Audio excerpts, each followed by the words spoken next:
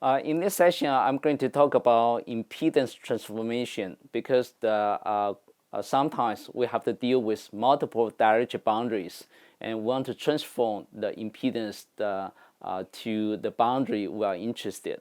And this topic is closely related to the analysis we have done for transmission line. So first, let me recall the discussion from transmission line. If you still remember that we have the transmission line like this, and the line is loaded with the impedance. And for this, the first section of the line, the characteristic impedance is Z0. And beyond this section, we have the section toward the generator with a characteristic impedance of the Z0 prime.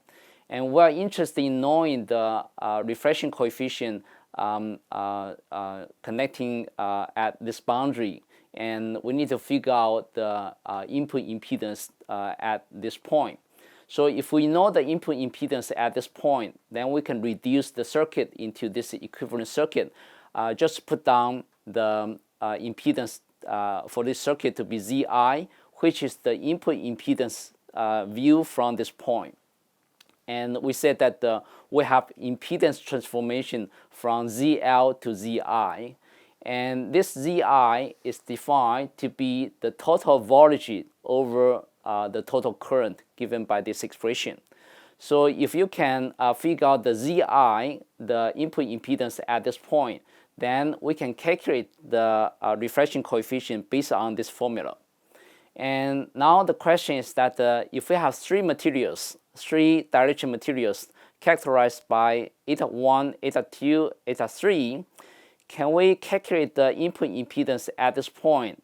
And then we figure out the reflection coefficient from this boundary given by this expression, similar to the expression we used in the transmission line. So today, in this session, we're going to try to find out what Zi is, and then use this formula to calculate the reflection coefficient at this material boundary. So let's first write down the incident field expression. And in the first material, the incident field consists of the electric field and magnetic field. So as before, we write down the electric field polarized along x direction with some initial amplitude EI0, and then we have a complex exponential here to show you the propagation of the wave along z direction with a propagation constant of beta 1. And previously, we wrote that this magnetic field to be the amplitude of the electric field divided by eta 1. And now, let me just write down Z1 to replace eta 1, and just try to be more consistent with the transmission line expression. So with this, then you can write down the field for the reflected wave in material 1. Again, you have the electric field and magnetic field, but now the field are propagating in the backward direction. So your propagation constant now will change the sign.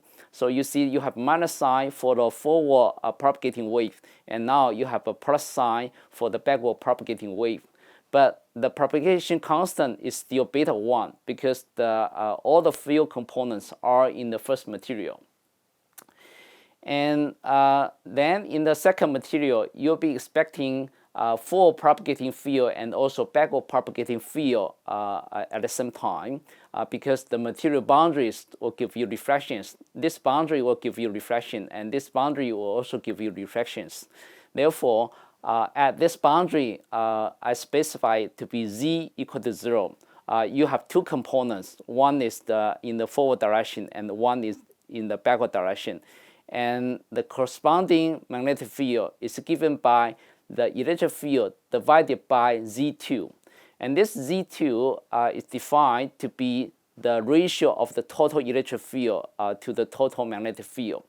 And you start to see the similarity in this problem with that in a transmission line, because when we define the impedance in a transmission line, that is the total voltage over total current.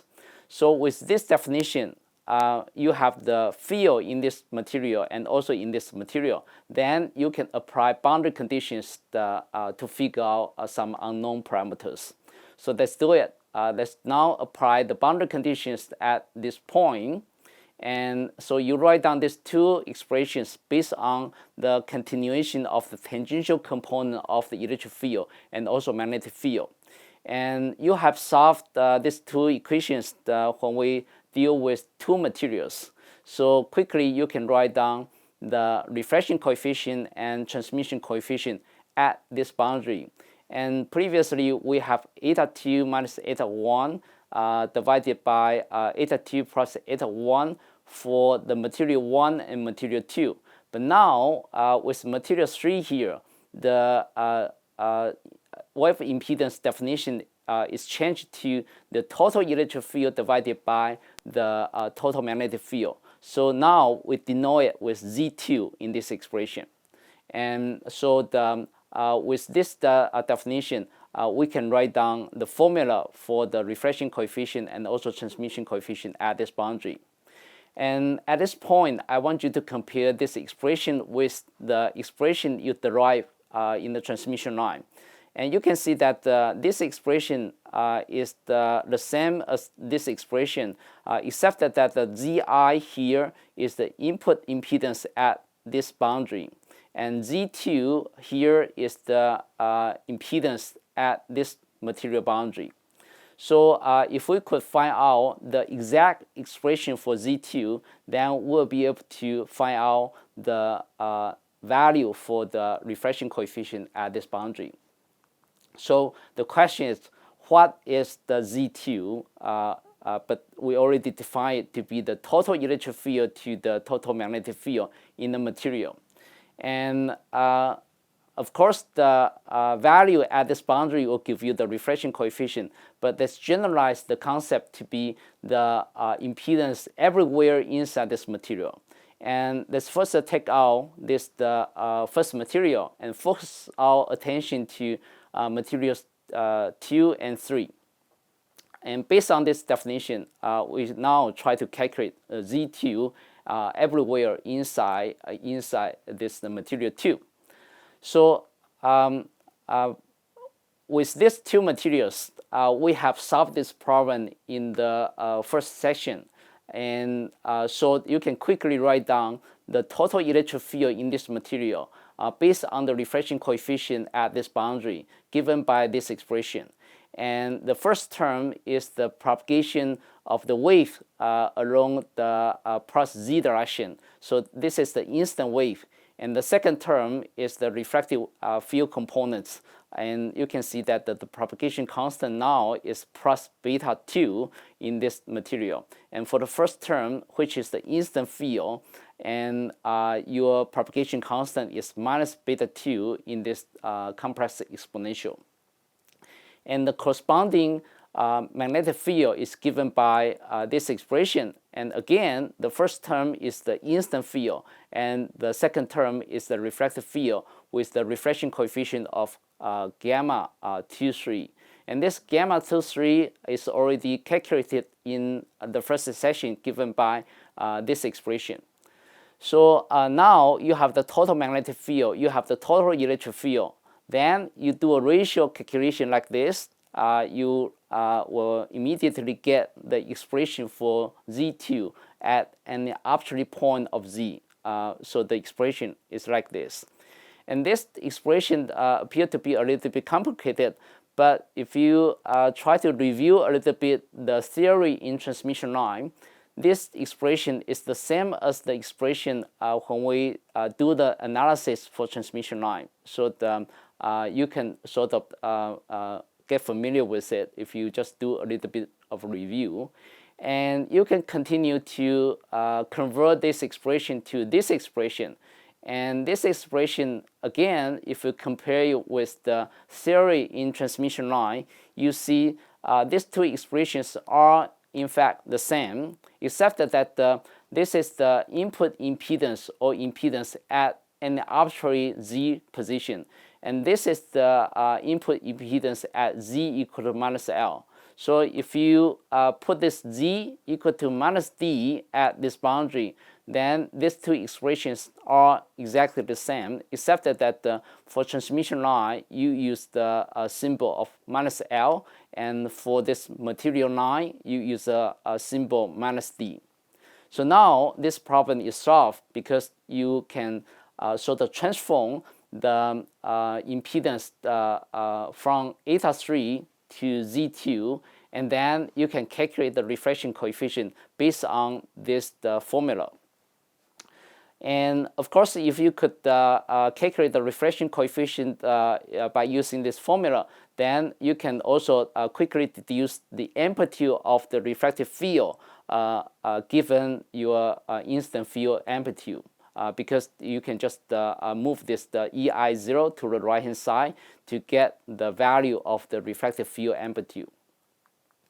So let's think about that now. If I specify the thickness of this dielectric material to be equal to half of the wavelength, and turn out that when you have a half wavelength thickness, then this beta 2D is going to give you integer multiple of pi, and if you put this into the impedance transformation formula, you get nothing for this sign, and then you cancel this eta 2 here and here, and in the end, this Z2 is going to be equal to eta 3. This means that if you have a thickness of this material 2 to be integer multiple of the half wavelength, then the impedance seen from this point is going to be the same as the impedance of the third material. And this is can be expected because we also get the same result when we talk about transmission line.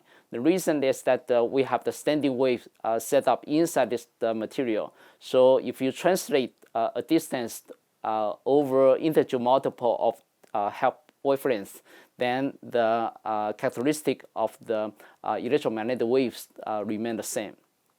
Now, it's more interesting that if you set this D thickness to be integer multiple of wavelengths plus quarter wavelength, with this the specification for the thickness of this film, turn out that your beta 2D is going to be equal to 2m pi plus half of the pi. And if you put the value into the impedance transformation formula, this cosine goes away because cosine half pi is going to give you 0. So with these two terms goes away, and you cancel out these two terms upstairs and downstairs, then you end up having the impedance seen from this point equal to eta 2 squared divided by eta 3. And this is going to be quite useful because this will allow us to design some anti-reflection coating layers for some dielectric material. But before we show you that, let me just compare this expression with the transmission line result. If you still remember, we have such a transmission line with the length of quarter wavelength in front of low impedance.